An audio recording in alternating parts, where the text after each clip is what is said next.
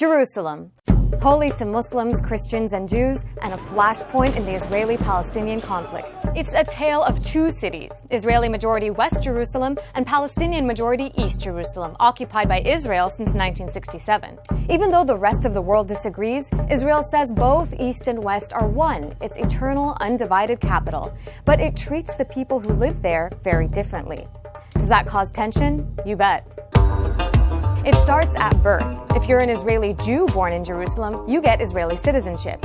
But if you're a Palestinian, you only get a residency permit, even if your family's been there for generations. And Israel can take that permit away at any time for a bunch of different reasons. One is if you live outside Jerusalem for 7 years, you lose your right to go back. And if you marry another Palestinian from the occupied West Bank or Gaza, they can't live in Jerusalem with you. Your choice? Live apart or leave. Since 1967, 14,000 Palestinians have lost their Jerusalem residencies. Then there's the housing crisis. 35% of East Jerusalem has been zoned for the construction of illegal settlements, while only 13% has been set aside for Palestinians, much of it already built up. So as their families grow, some resort to building illegally. That's where home demolitions come in. Since 1967, Israel has demolished around 2,000 Palestinian homes in East Jerusalem for being built without permits, which are hard to get. And there are up to 20,000 outstanding demolition orders. At the same time, Israel has bulldozed ahead with the construction of settlements for its Jewish population in violation of international law. Over 200,000 settlers live in East Jerusalem. Some, guarded by soldiers and police, have kicked out Palestinians and moved into their homes.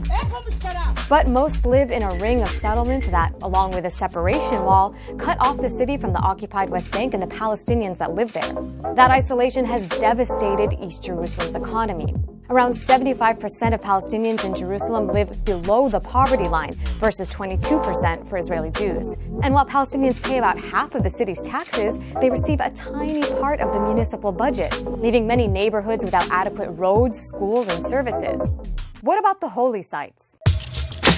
Well, that's where things often heat up, especially at the Al-Aqsa Mosque compound. Israel's policy only allows Muslims to pray there. But Jews, who call it the Temple Mount, believe it's the site where two biblical temples once stood, and some have gone there demanding access to pray. That's ignited clashes and protests, which Israeli authorities have tried to contain by banning younger Muslim men from entering the compound. But that only seems to make things worse. That's a snapshot of Jerusalem. Is it any wonder the city's on edge?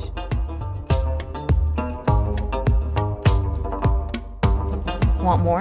Download the AJ Plus mobile app and join the conversation. Available in your app store now.